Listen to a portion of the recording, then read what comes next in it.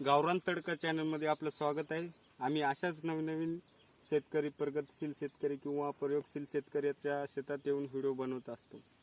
बनवायचा मुद्दा असा आहे का अतिशय डोंगराळ भाग आहे. इथं आजूबाजूला बघशाल तर खूप डोंगराळ भाग आहे आणि पैनगंगा नदी जवळच आहे इथून. त्याच्यामुळे या शेतकऱ्यांना काही खर्च लागत नाही जास्त पाण्याकरता.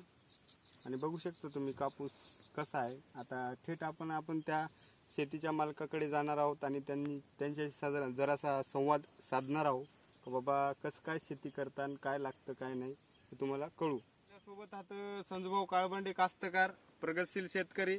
बघू शकता तुम्ही यांचा कापूस असा आहे. तर आता त्यांनाच विचारू आपण त्यांच्या कापसाची लागवड कशी काय करतात आणि त्यांचे कार्य काय काय आहेत शेतात ते त्यांना विचारूचा.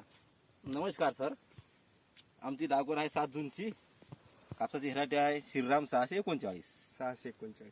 सध्याच्या काळामध्ये आमच्या कापसाला पाती आहे 50 व घाटरू आहे 10-12. बरोबर. खत झाले 2, फवारे झाले 4. बरं. आता पाळी सुटली आमच्या कापसाची. हा. निंदन वगैरे सगळं झालं. तर बघू शकता की यांनी अशा प्रकारे लागवड केली. यांच्याबद्दल तुम्ही जराशी माहिती घेता, कारण याच्यावर रोगाचा काय प्रतिसाद दिसत नाही सध्या.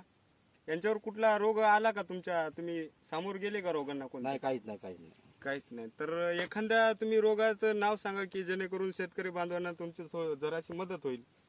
औषधीची. हा हा. तर त्या औषधीची आम्ही मारले याच्यावर टॉनिक क्रांती टॉनिक. कशासाठी ते कापसाची हिरवगार राहणे, पात्याची संख्या वाढणे आणि स्टँड ठेवणे. आणि स्टेबल राहतं सगळं. बुरशी मारली कस्टोरिया. फुल सोडणे. किती वर्षापासून तुम्ही याचा अनुभव घेताय? याचा 4थं वर्ष होय. 4थं वर्ष. हे व्हेरायटी एकच व्हेरायटी लावता? एकच व्हेरायटी. म्हणजे या व्हेरायटीतून तुम्हाला चांगल्या पद्धतीने उत्पन्न मिळतं? एकरी 12 क्विंटल. एकरी 12 क्विंटल. कमीत कमी लागवड, परत खर्च कमी खर्च. असं शेणखत बिनखत काही खताचे नाव आहे ना? कुठले? शेणखत नाही, अजून खत काही टाकले रासायनिक पद्धती? रासायनिक खत टाकलं सुरुवातीला 15-15. हा. आणि 15-15 निवड टाकलं. थोडंसं युरिया टाकला एकरी 10 किलो. दुसरं खत टाकलं पोटॅश एकरी अर्धा. 15-15 दीड. आणि युरिया अर्धा एकरी. हो, एकरी समजा 3-3.5 पोते टाकले. दुसरा डोस. पहिला 2 डोस, 2 पोत्या डोस. तरी पात जरा जास्त दिसते नाही का? हो, असं आहे. याचं वय काय कापसाचं? हाईट किंवा कालावधी लावण्याचा? कालावधी लावण्याची 7 जून. 7 जून म्हणजे 7 जूनला सगळ्यात आधी तुमचा कापूस लावला? हो सर, सध्या हाईट माझ्या गळ्याला आहे. छात्याच्या वर. म्हणजे 5 फूट 4.5-5 फूट आहे कापूस हो.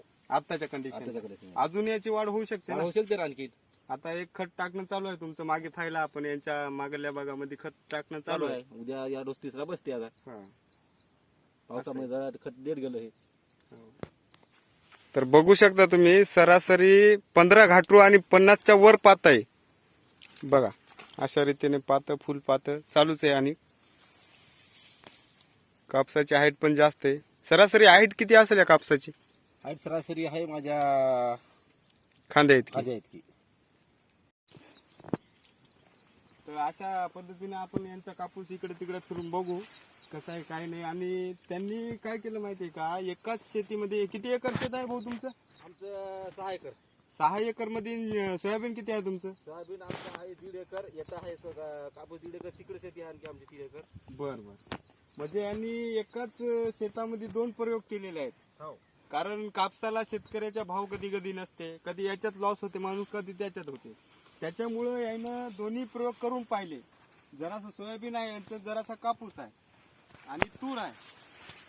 असे शेतकरी पाहिजेत आपल्या महाराष्ट्राला, गरज आहे. नंतर कापूस तूर घेऊन तीळ घ्यायचा. म्हणजे आता हे कापूस लवकर येतो. हो. याच्यानंतर तुम्ही तीळ घेता. हो. असं आमचं